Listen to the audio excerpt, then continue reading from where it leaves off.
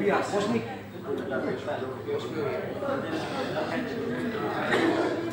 Oke, 1 2 3, 1 2 3. Kasih Bapak. Siap Bapak, sudah selesai sesi pertanyaannya. Di materi terakhir dari tim Kesbangpol pemerintah Provinsi Papua.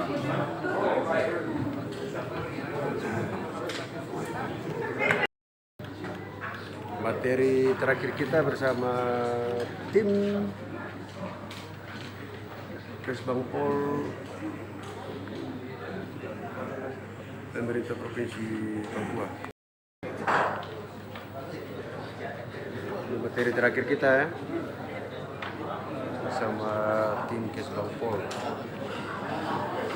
Provinsi Papua.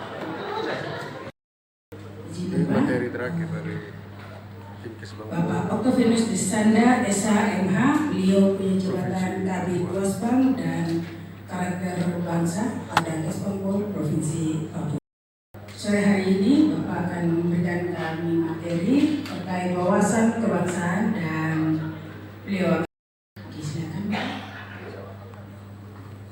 Tim Kesbangpol.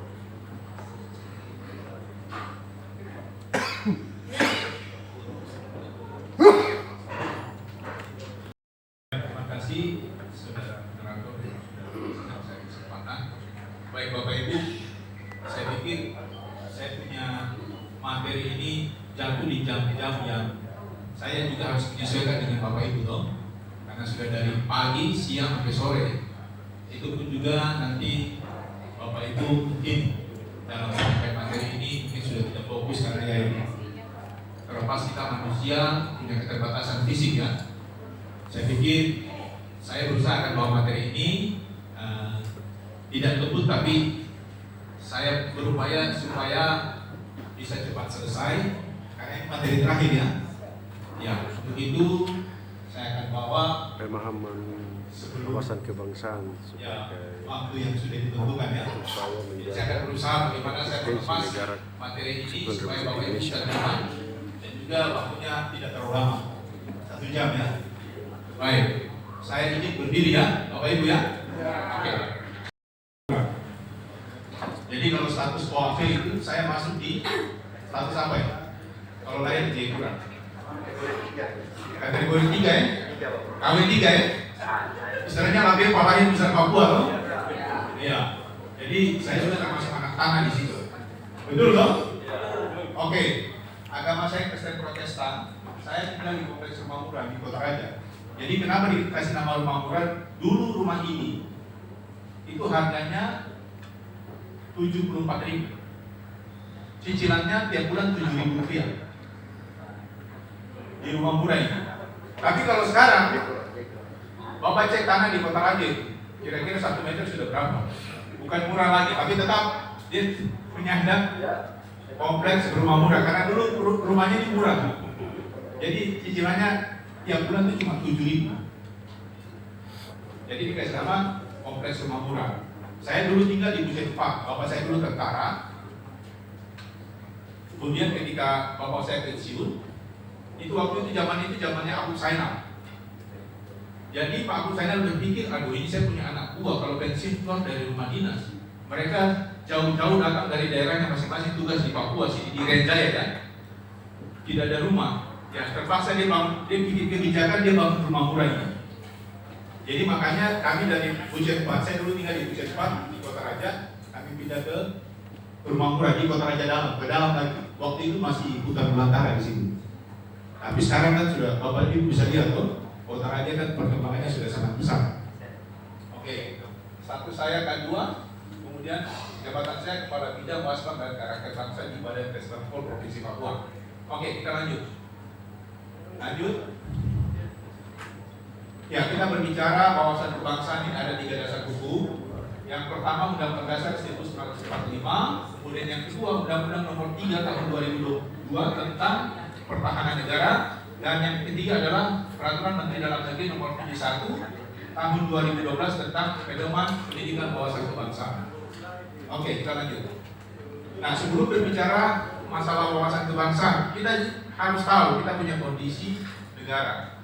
Ya, seperti Bapak Ibu bisa lihat di layar ini, luas wilayah kita 5.163.250 km persegi. Itu daratannya dapat dilihat di situ, jumlah pulau 17.000, bentangan semua di sini ada, jumlah penduduk sampai dengan hari ini 284.000,69 juta jiwa. Jumlah provinsi 38, kabupaten 416, jumlah kota 98, jumlah kecamatan dan seterusnya.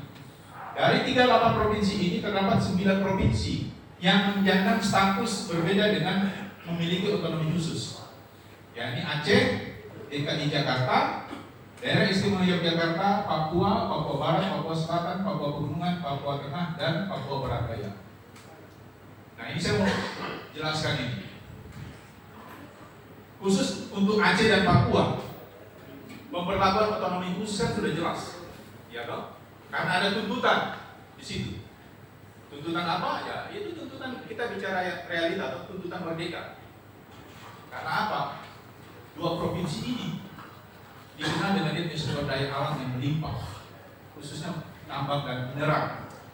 Tapi kenyataannya dalam perkembangannya kan dia tidak sehebat dengan provinsi-provinsi lain yang ada di luar Papua, khususnya di daerah Jawa.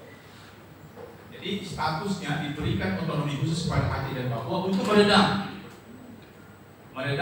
aspirasi merdeka itu. Kalau di Jogja, saya kan tahu diberlakukan otonomi khusus di situ, kenapa? Istimewa. Ya, silakan. Pak, izin menyampaikan diberlakukan otonomi khusus di Jogja karena adanya kesultanan di Jogja. Ya, terima kasih, benar. Jadi di sana itu kan tidak ada pilkada, toh. Jadi raja atau sultan itu dia sudah sekaligus menjadi kepala daerah di sini. Terus daerah khusus ibu kota.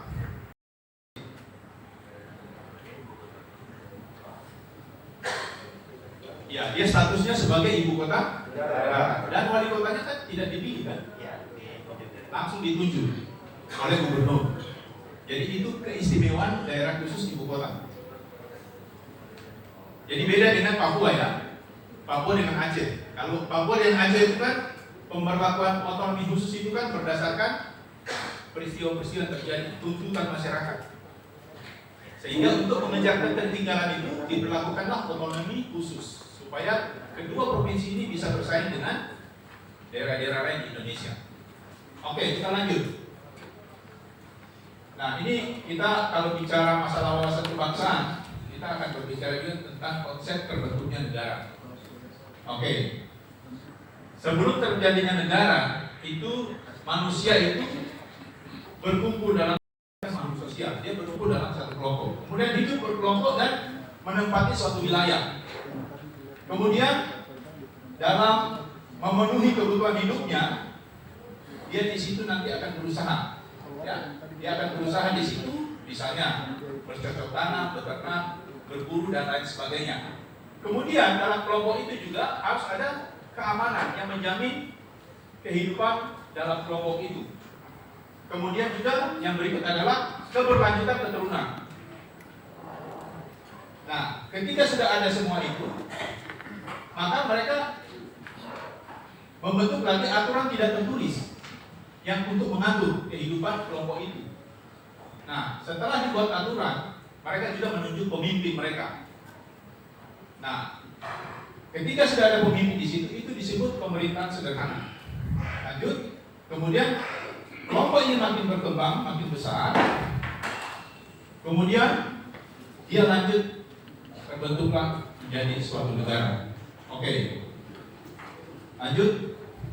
Nah, ini definisi negara ini.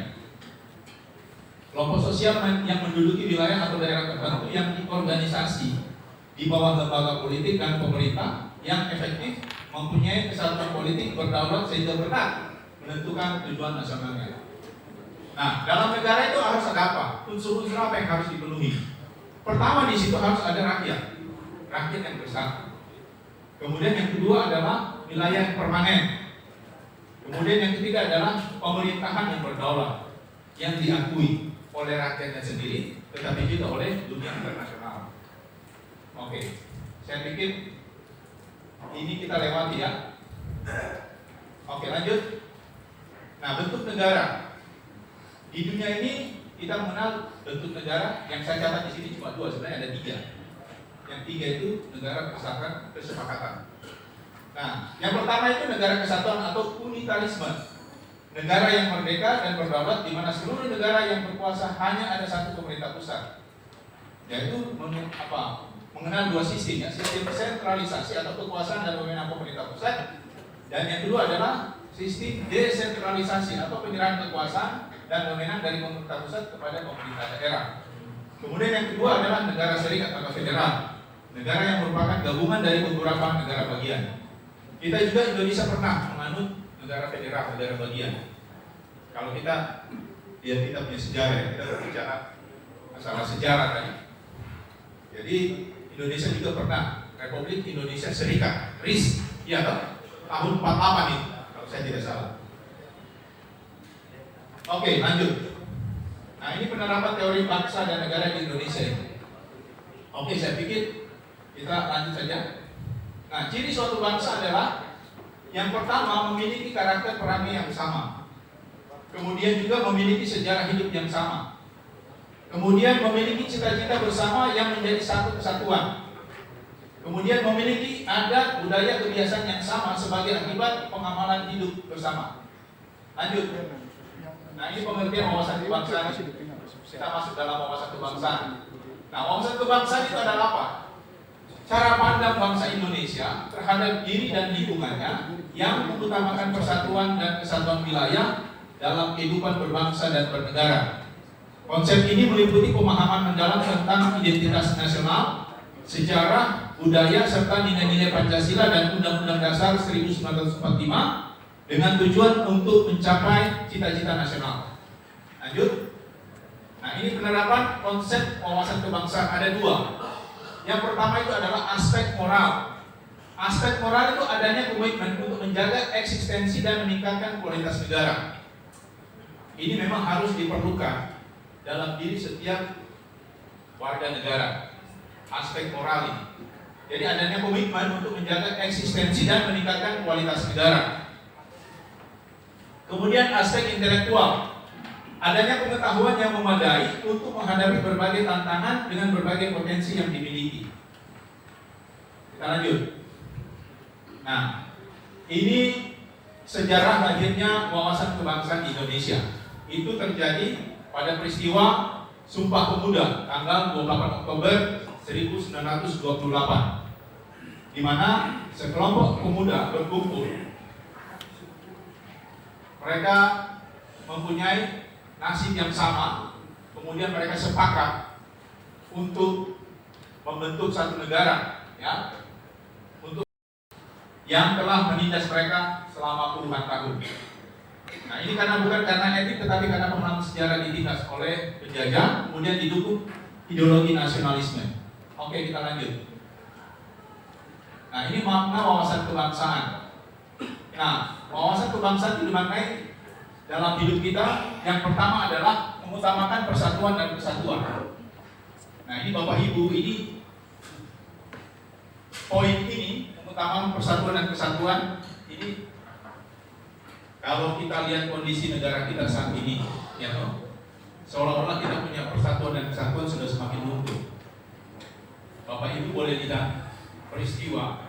Kalau saya tarik ya, bulan September kemarin, itu demo ya. Demo yang dilakukan oleh sebagian besar mahasiswa yang ada di Jakarta maupun di wilayah lain yang ada di Indonesia, khususnya di Jawa, kemudian Sumatera, Sulawesi, dan juga di Maluku, ada juga di Papua, tapi di Papua itu tidak terlalu ini.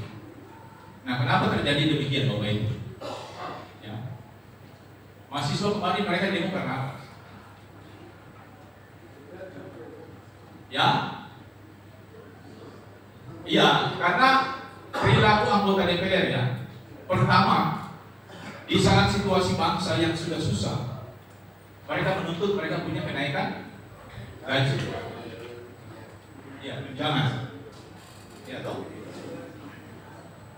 Yang kedua, mereka punya gaya hidup fleksi, selalu mempertontonkan mereka punya kehidupan di media sosial yang sebenarnya ya tidak pantas untuk kita tunjukkan di media sosial. Di tengah-tengah kondisi kita punya masyarakat yang hidup sudah semakin susah ini. Ya terus terang Bapak Ibu, saya kalau saya perjalanan dinas, kalau teman-teman saya foto di pesawat, saya tidak mau. Saya bilang stop. Kita jalan dinas. Kamu jangan foto, kemudian kamu sebar di media Facebook, Instagram, TikTok. Ini nanti jadi masalah.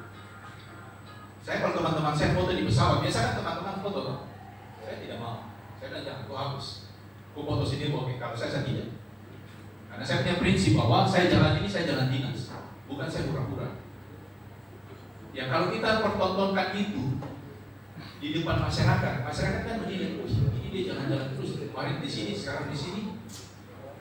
Nah ini kan nanti yang mengganggu kita punya persatuan dan kesatuan bangsa ini, Bapak Ibu.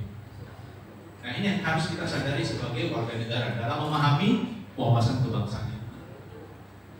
Kita jangan karena kita mau ya dilihat orang, wah dia sudah berhasil, semua toh. Tidak. Cara menunjukkan orang kita berhasil itu bukan caranya seperti itu. Kita harus bisa memahami kondisi real yang terjadi dalam kehidupan masyarakat kita. Oke. Kemudian rela berkorban untuk kepentingan bangsa dan negara. Ini juga kadang-kadang kalau kita lihat tidak punya kondisi pegawai sekarang ya. Ya saya tidak bicara di luar. Saya bicara dalam kondisi pegawai kita, ya. Keadaan kita di birokrasi. Ini juga kan kadang-kadang orang ini kalau disuruh diperintah membuat sesuatu itu harus uang dulu. Disuruh jalan ke sana harus uang. Saya ingat Bapak Ibu, saya masuk di Pemda Provinsi Papua itu tahun 96. Itu waktu dulu itu semua instansi itu masih ada di satu kantor gubernur itu dari ujung ke ujung. Saya waktu itu masih jadi pegawai baru, jadi kita dipelonco. Tapi pelonco itu saya senang. Saya bersyukur saya dipelonco oleh saya punya senior-senior yang sudah orang-orang tua yang sudah pensiun kemarin. Jadi waktu dulu itu kita disuruh bagi surat. Kalau kita bagi surat kita harus keliling ke kantor gubernur itu. Karena di situ kan semua dinas-dinas. Dulu belum ada dinas otonom. Jadi semua masih terpusat di kantor gubernur. Disuruh bagi surat ke instansi yang ada di situ. Setelah itu kita duduk, kursi belum panas, sudah disuruh buat apa? Buat amplop. Dulu kan belum ada percetakan. Bapak Ibu, saya bersyukur, saya melewati masa-masa itu. Karena apa? Saya punya pengalaman di situ. Kalau Bapak Ibu mau kita adu cepat buat amplop, pasti saya buat. Karena dulu kita buat amplop, dulu kan belum ada printer ya.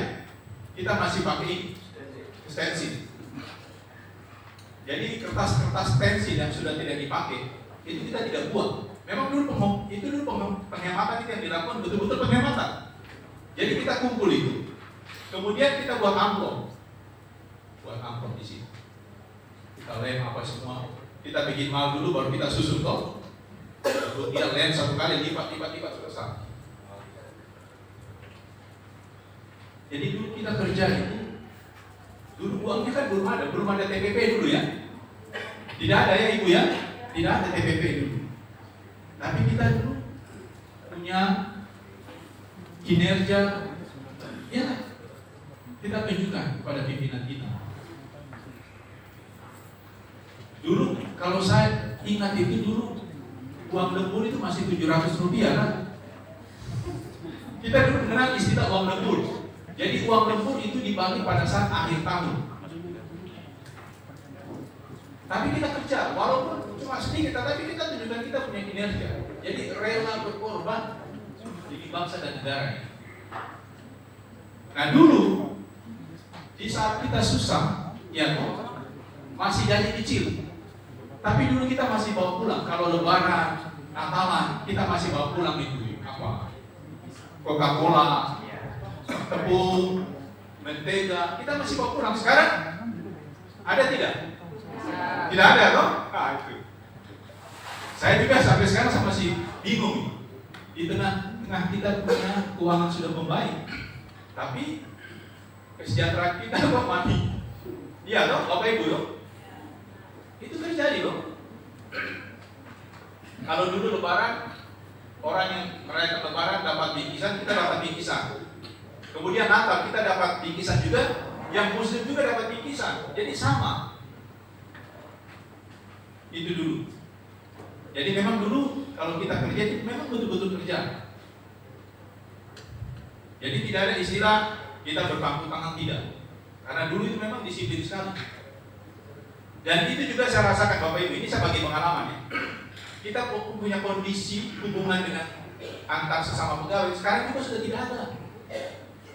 Kalau dulu saya itu main dari dulu kantor saya itu kantor dulu bukan Kesbangpol, dulu kantor Dinsospol, Direktorat Sosial Politik. Itu sekarang yang ditempati oleh Inspektorat. Jadi saya dulu main itu sampai dari ujung ke ujung itu.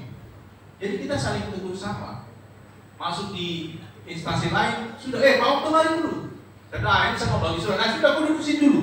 Orang bikin kopi apa di situ kita duduk cerita. Tapi suasana itu sekarang sudah tidak ada. Bapak Ibu rasakan toh? Jadi kita cuma mengenal kita punya teman-teman yang ada di OPD kita. Tapi di luar itu ya mungkin kalau Pol PP ya saya kenal Pak Yadi di Pak Kasat ini karena dulu kantornya kan di depan ini kan kantor gubernur ya kita sering ketemu. Tapi kalau yang lain coba sekarang sudah tidak ada. Itulah kondisi kita ya Bapak Ibu ya. Kondisi yang kita hadapi sekarang. Oke, kita lanjut. Penghargaan terhadap martabat bangsa dan negara ini juga yang menjadi masalah. Ya. Bagaimana kita sebagai bangsa Indonesia ini kita tidak bisa menjaga nilai-nilai atau kita punya martabat bangsa dan negara ini. Ya banyak hal contoh-contoh yang kita sudah hafal yang terjadi di tengah-tengah masyarakat ya. Orang saling menghujat pemimpin, ya toh. Dulu jangan harap zamannya Soeharto. Kamu demo itu sudah sampai di rumah besok sudah tidak ada. Betul kan tidak toh? Kamu hilang. Tapi sekarang macam presiden dan wakil presiden itu sudah tidak ada harganya lagi. Betul kan tidak? Apalagi sekarang masalah ijazah. Iya toh? Ijazah itu kan saya juga kalau lihat apa ada punya istilah itu kasih nama itu 3 teroris itu. Tifa, Roy, Rismond. Jadi lo kasih singkat teroris, bukan teroris ya. Jadi orang 3 ini coba kayaknya mereka sudah tidak menghargai amal-amal negara. Iya kan? Ini juga terjadi. Realita dalam kehidupan kita saat ini ya. Kemudian cinta tanah air dan bangsa. Ini juga ada masalah. Ya. Bapak Ibu kalau kita lihat ya, artinya kita melihat konten-konten yang ada di TikTok ya. Kadang-kadang kan juga ada orang-orang yang terang-terangan dulu ada istilah di TikTok itu. Kabur aja dulu deh. Iya toh? Karena Indonesia gelap. Kan pernah ada di TikTok itu ya. Slogan itu ya. Kabur aja dulu. Nah, ini juga betul-betul bagaimana kita punya cinta tanah air dan bangsa ini sudah mulai luntur. Karena era keterbukaan ini. Kemudian demokrasi. Nah, ini juga demokrasi kadang-kadang juga ada masalah di sini. Ya toh? Politik uang di sini yang berjalan. Kalau misalnya kemarin menjelang pemilihan legislatif itu kan banyak serangan fajar toh? Iya toh? Jadi demokrasi kita sudah tidak murni lagi.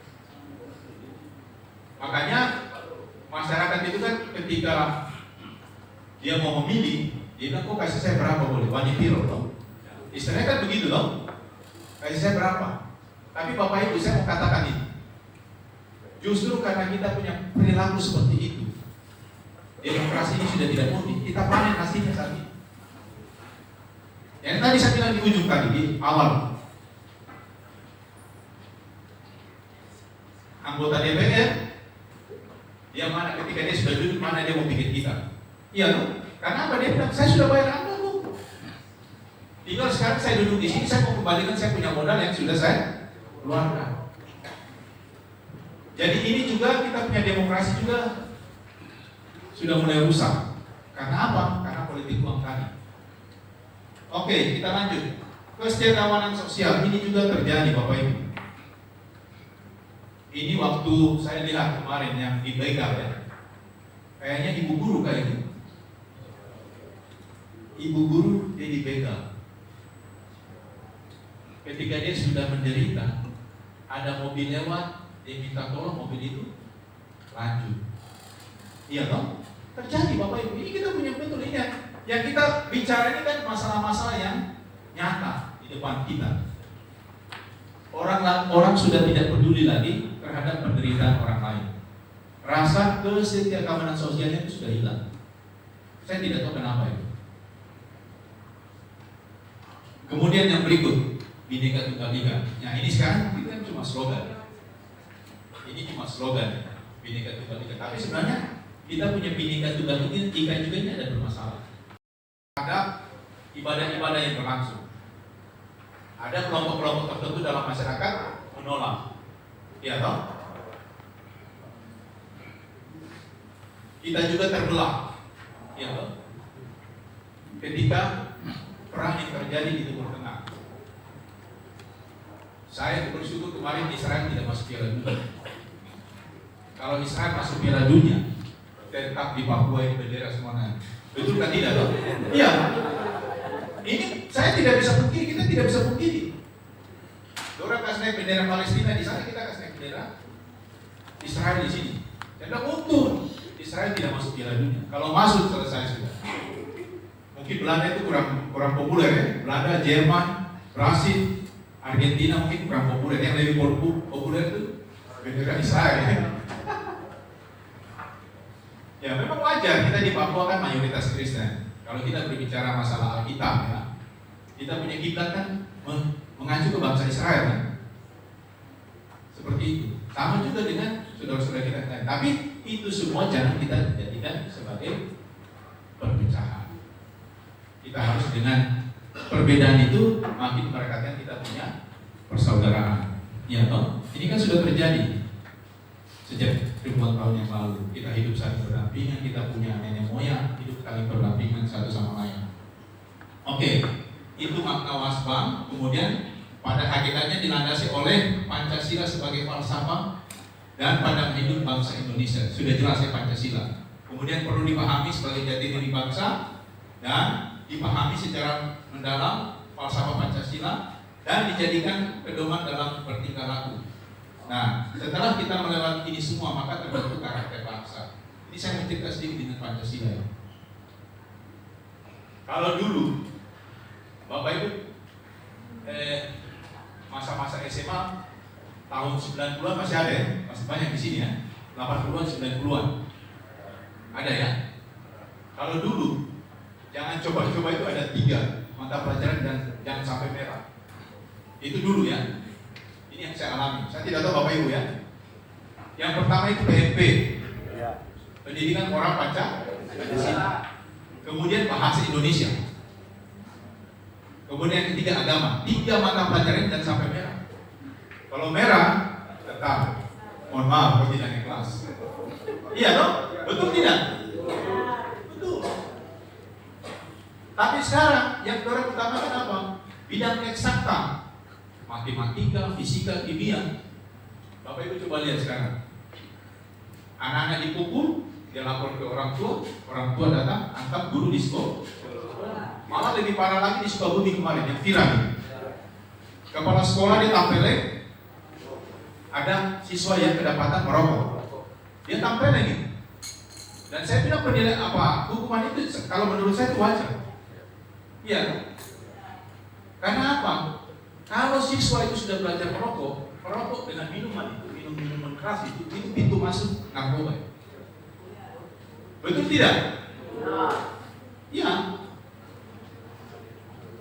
Kalau dulu saya terus terang saya cerita saya tidak usah ambil contoh dulu, saya ambil contoh saya. Saya dulu main bola di sekolah. Kemudian teman saya ganti saya buka kaki ini. Saya jatuh kena pas ada batu loh.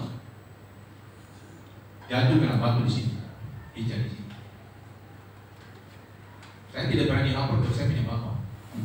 Saya tidak berani kasih kunci buka. Saya masuk itu setelah malam, sore hari baru saya masuk rumah. Setelah saya dan saya bapak tidur. Saya juga ketika saya dapat hantam di sekolah, dulu saya ingat itu waktu kami punya ibu guru dari Batak dia. Kalau sekarang sudah meninggal ibu guru itu. Jadi kalau kita dikte dapat 9 dapat hantam 1 kali. Ini kaki ini biru. Dapat 8 hantam 2 kali. Yang tidak dapat hantam dapat 10 kau pulang. Tapi itu kan dulu kita dapat pukul begitu, toh tidak berani mengadu itu ke orang tua tuh. Kau mengadu dan kau tambah lagi dapat. Biru bisa saya kasih tahu. Saya punya bapak dulu tentara itu. Tentara dulu kan dia punya kopel kan tidak kayak tentara sekarang. Dia kopel dulu kan rim besar-besar begini kan, Pakasat ya. Jadi kalau kita ke sekolah ada masalah dari guru, jangan coba-coba lapor. Lapor tetap objektif. Tetap tahan sakit saja. Kalau ditanya kenapa? Ini tadi main bola, kemana ketendang? Tidak apa-apa. Jangan sampai bilang guru pukul, tambah pukul lagi. Jadi kita punya penderitaan, kita benar saja tidak kasih keluar. Itu kalau sekarang terbalik ya. Situasinya sudah terbalik. Nah sekarang juga kita panen dia punya. Kalau dulu kita menjalankan Pancasila itu betul-betul kita jalankan kok. Kita tahu nama-nama pahlawan. Kita juga hafal nama menteri. Iya toh pasti kita hafal toh. Sekarang tanya anak-anak sekarang jalankan menteri Pancasila saya tidak hafal. Iya toh.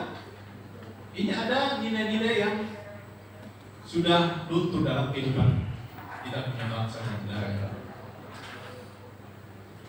Oke, kita lanjut. Nah, wawasan kebangsaan ini ada beberapa aspek. Aspek pertama adalah kesatuan politik. Kesatuan politik itu meliputi wilayah, keragaman suku, bangsa, merasa senasib sepenanggungan, Pancasila dan seluruh kepulauan Nusantara. Saya pikir ini kita lanjut. Nah, ini kesatuan sosial. Masyarakat Indonesia harus memiliki kehidupan yang serasi dan selaras sesuai dengan kemajuan bangsa. Kemudian corak ragam budaya Indonesia menggambarkan kekayaan khasanah budaya bangsa dan harus dikembangkan dalam kehidupan bermasyarakat. Oke, lanjut. Nah, ini keragaman budaya, kita lanjut. Ini kuliner kita yang kita harus ini. Kemudian lanjut. Nah, ini kesatuan ekonomi. Kekayaan yang terkandung dalam wilayah yuridis Nusantara adalah modal dan milik bersama bangsa Indonesia. Kemudian B, bahwa tingkat perkembangan ekonomi harus sesuai dan seimbang di seluruh daerah. Oke, lanjut. Ini kekayaan alam kita. Oke. Kesatuan pertahanan keamanan. Jadi ancaman terhadap suatu pulau atau daerah pada hakikatnya merupakan ancaman seluruh bangsa dan negara. Kemudian setiap warga negara mempunyai hak dan kewajiban yang sama dalam membela negara. Oke, lanjut. Nah, ini karakter bangsa. Ya. Dalam wawasan kebangsaan kita juga mengenal karakter bangsa. Adanya saling menghormati dan saling menghargai di antara sesama. Ini sudah kita bahas tadi. Adanya rasa kebersamaan dan tolong menolong. Kemudian adanya rasa persatuan dan kesatuan sebagai suatu bangsa. Kemudian adanya rasa peduli dalam kehidupan bermasyarakat dan berbangsa. Adanya moral akhlak yang dilandasi oleh nilai-nilai agama. Kemudian adanya perilaku sifat-sifat kejiwaan yang saling menghormati dan saling menguntungkan. Kemudian adanya kelakuan dan tingkah laku yang senantiasa menggambarkan nilai-nilai agama, nilai-nilai hukum, dan nilai-nilai budaya. Kemudian sikap dan perilaku yang menggambarkan nilai-nilai kebangsaan. Oke, kita lanjut. Nah, ini nilai-nilai penting dalam kehidupan berbangsa dan bernegara. Ada kejuangan, semangat, persatuan, kesatuan, kepedulian, kebersamaan atau gotong royong, tanggung jawab, kekeluargaan, sopan santun. Oke, lanjut. Nah, ini Bapak Ibu, ini kondisi kita sekarang ya. Ini kemarin demo anarkis yang terjadi di Jakarta ya. Kemudian ini tawuran yang sekarang marak terjadi juga di kalangan pelajar. Ini juga ugal-ugalan ya di jalan raya. Ini carut-marut lalu lintas yang tidak teratur disebabkan oleh pengguna jalan itu yang tidak disiplin mematuhi peraturan lalu lintas. Oke, lanjut. Nah, hal-hal yang harus dipelihara dalam wawasan kebangsaan. Yang pertama adalah keutuhan dan kedaulatan wilayah negara. Kemudian Pancasila dan Undang-Undang Dasar 1945 sebagai dasar dalam hidup bermasyarakat, berbangsa dan bernegara. Kemudian konsep wawasan Nusantara dan ketahanan nasional sebagai acuan operasional. Kemudian yang keempat, kekayaan budaya bangsa Indonesia termasuk hasil-hasil pembangunan nasional sebagai perwujudan cipta, rasa dan karsa bangsa Indonesia. Oke, kita lanjut. Nah, hal-hal yang harus dicegah dalam kehidupan berbangsa dan bernegara kita ya. Pikiran-pikiran dan perasaan-perasaan yang negatif antar suku, bangsa, agama, bahasa, adat istiadat, golongan masyarakat. Ini sudah kita bahas tadi ya, kecemburuan sosial yang mengarah pada pertentangan atau konflik sosial. Ini juga yang saya bilang tadi, perilaku hidup anggota DPR yang flexing mereka punya kehidupan yang hedonisme ya, penuh dengan pura-pura. Kemudian kesenjangan pembangunan antar wilayah, kemudian kesenjangan sosial dan ekonomi antar golongan penduduk, kemudian upaya-upaya untuk menegakkan proses demokrasi dan desentralisasi dengan alasan stabilitas dan kesatuan bangsa yang berlebih-lebihan. Oke, kita lanjut. Nah, ini inti dari wawasan kebangsaan. Ada 4 konsensus ya, konsensus dasar yang merupakan inti dari wawasan kebangsaan. Yang pertama adalah Pancasila ya, sebagai falsafah dan pandangan hidup kita. Kemudian yang kedua adalah Undang-Undang Dasar 1945 yang ini merupakan sumber hukum kita ya, sumber hukum tertinggi kita. Kemudian Bhinneka Tunggal Ika dan NKRI. Kita lanjut. Nah, ini yang sudah terakhir ini. Nah, bagaimana peran Satuan Pol PP dalam wawasan kebangsaan? Nah, Satuan Polisi Pamong Praja dibutuhkan untuk mencapai tujuan nasional. Nah, dalam rangka mencapai tujuan nasional itu, Satuan PP mendapat tugas ada 3 di sini. Yang pertama adalah pelayanan publik, yaitu menjaga ketertiban dan ketentraman masyarakat. Ini tugas pelayanan publik. Jadi saya mau kasih tahu Bapak Ibu, kebetulan di sini Pol PP semua ya. Ya, kalau kita lihat yang membedakan Pol PP dengan pegawai lain itu dari seragamnya ya. Iya toh? Menggunakan atribut, tanda pangkat dan sebagainya. Sekarang saya mau tanya, maknanya apa itu? Kok bisa Pol PP itu dia punya seragam itu lain daripada pegawai yang lain? Kalau kita sehari-hari kan kita pakai kaki ya, tapi Pol PP kan tidak. Iya toh? Kalau yang hijau itu setiap hari apa Makassar? Itu Limas. Oh, Limas ya? Itu Limas. Ya, dia PDL. Oh, PDL. Ya, PDL ya. Itu kan lengkap dengan tanda pangkat ya? Siap. Kalau ini saja satu. Ya. Itu maknanya apa coba? Kalau kita pegawai biasa, kita cuma keki ya. Kita mengenal 3 seragam. Senin, Selasa keki, Rabu putih hitam, Kamis batik, Jumat bebas olahraga. Kira-kira yang membedakan apa ini? Kenapa sampai bisa beda? Ya, Ya, salah satunya polisi ASN ya. Oke. Jadi Pol PP itu dipakai atribut lambangnya, kemudian tanda pangkat itu dengan harapan supaya ada hierarki. Iya toh? Antara bawahan dan pimpinan itu harus ada hierarki supaya bawahan menghormati dia punya pimpinan. Karena apa? Ini tugas pelayanan publik ini menjaga ketertiban dan ketentraman masyarakat. Nah, bagaimana kalau di Pol PP sendiri itu tidak ada hierarki untuk menghormati pimpinan yang lebih tinggi? Iya kan? Seperti itu ya. Supaya kita saling menghormati. Karena apa? Tugas Pol PP ini kan menjaga ketertiban dan ketentraman masyarakat. Nah, saya lihat sekarang kondisi kita. Kalau Pol PP itu dia menjaga ketertiban dan ketentraman masyarakat, tapi dia sendiri berbuat onar, maka itu kan melecehkan nama baik Pol PP ya. Karena Pol PP itu punya seragam itu lain daripada lain, menunjukkan bahwa harus ada hierarki dalam organisasi Pol PP itu. Jadi bawahan harus menghargai pimpinan. Seperti itu. Kemudian tugas yang kedua adalah tugas pemerintahan, menegakkan disiplin dan aturan dalam masyarakat. Nah, Bapak bisa kasih tahu, Pol PP ini ketika dia sudah pakai seragam yang begitu lengkap, dia itu menjadi contoh dan teladan, ya, contoh dan teladan bagi masyarakat. Jadi kalau Pol PP saja yang intinya menegakkan disiplin, aturan dalam masyarakat, kalau dia tidak tertib, tidak disiplin, itu nanti masyarakat mau bagaimana penilaiannya? Ya, contohnya saya kasih apa contoh? Ya, seperti tadi, Pol PP ini dia harus menjaga sikap dan tindakannya di tengah-tengah masyarakat.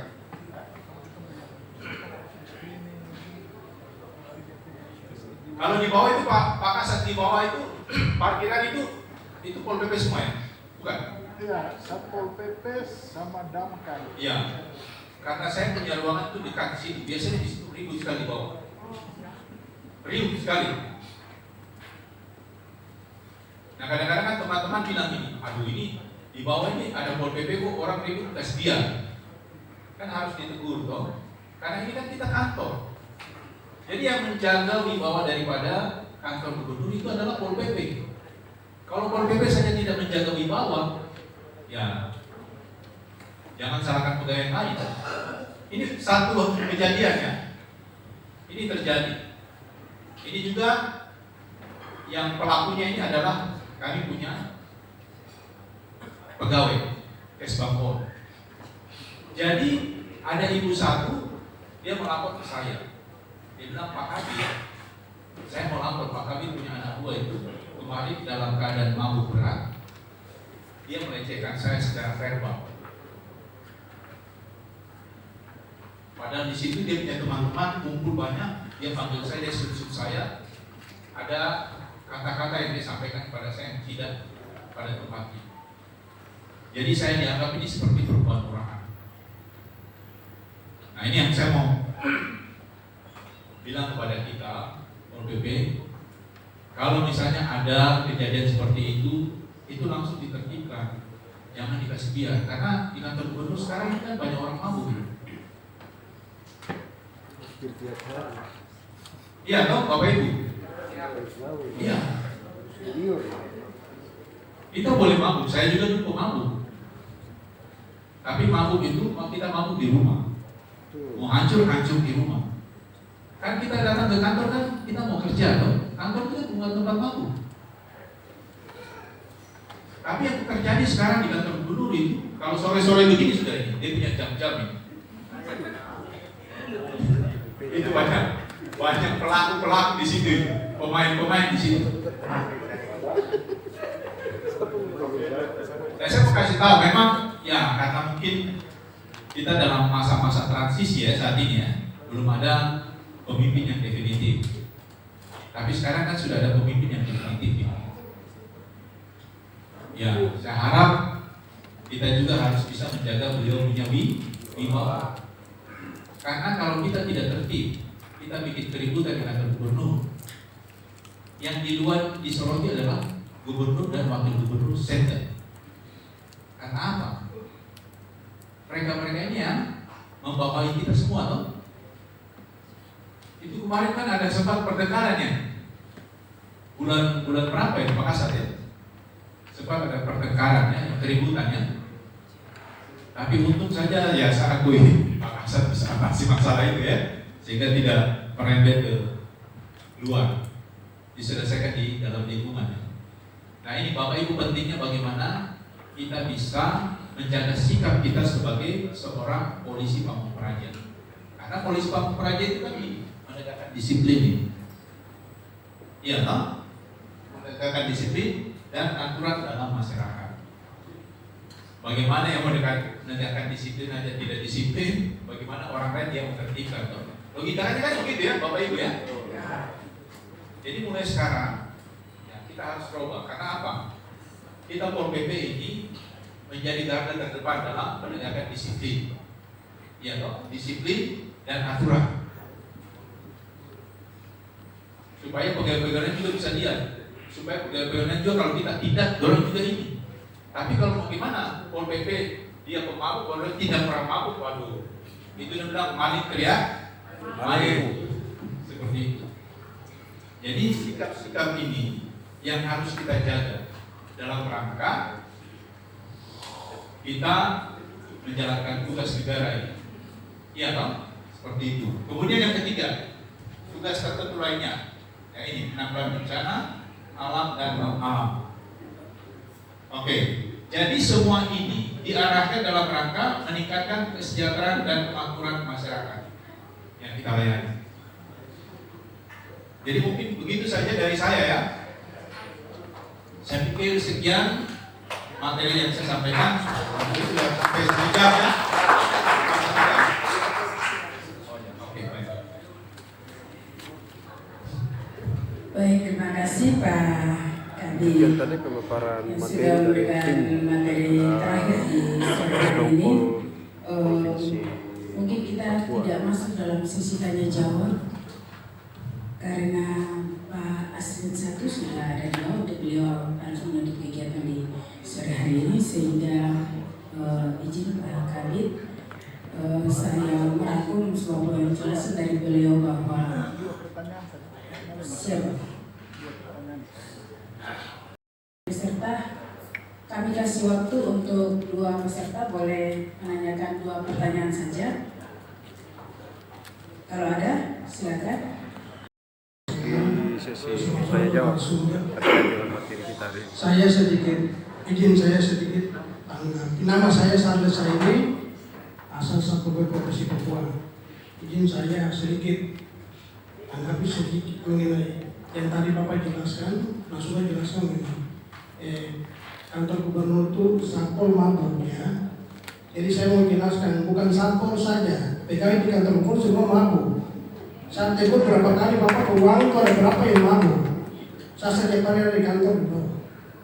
Hari libur pun saya di kantor. Jadi kalau Bapak udah jelaskan sudah baik, tapi jangan Satpol semua. Kantor gubernur pegawai dari ujung Satpol semua mabuk semua habis. Jadi kalau hal ini kalau bisa ada surat ke Pak Sekda dan Pak Gubernur bicarakan supaya ini jangan terlalu kelihatan dan kedengar seperti itu. Terima kasih waktu sudah balik. Tanggapan dari tim Satpol PP Provinsi Papua terhadap moderator narasumber terkait dengan masalah miras di sekitar kantor gubernur Papua. Memang selalu akan miras ke situ Bapak izin, siap. Mungkin ada lagi? Kasih Bapak silakan. Nama saya Ferdinand Dinaku, Kabut Jagung dari Pol PP Kabupaten Pamung Praja. Saya tertarik sekali dengan Papua yang menjadi catatan penting bagi kita semua tapi juga Esbapol. Dalam pertanyaan saya ini, apakah